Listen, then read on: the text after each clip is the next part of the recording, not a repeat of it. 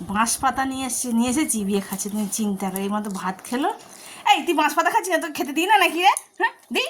এই যে বাঁশ পাতা নিয়ে বিছানার মধ্যে উঠে কী করছে দেখো সব। কী বল, আমি কত পরিষ্কার করবো?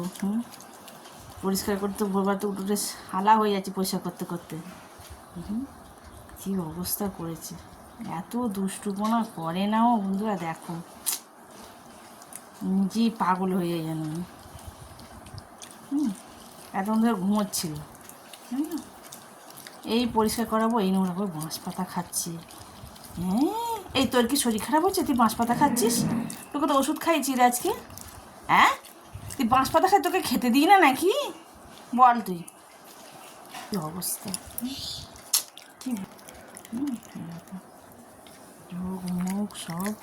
হ্যাঁ, হিমাতো গা ফা মুছিয়ে দিলাম, এখন বাঁশ পাতা খাচ্ছে। ওই বাইরে পড়েছিল উঠোনে, উড়ে এসে পড়েছে, ওকে তুলে নিয়ে এসে ওকে বিছানার মধ্যে বাঁশ পাতা খাচ্ছে। ওই জন্য খেতে দিন, অভাবে থাকে। দেখো চিন্তা করো, বাঁশ পাতা কেমন খাচ্ছে না বন্ধুরা। রাখছি, বাঁশ পাতাটা ফেলি।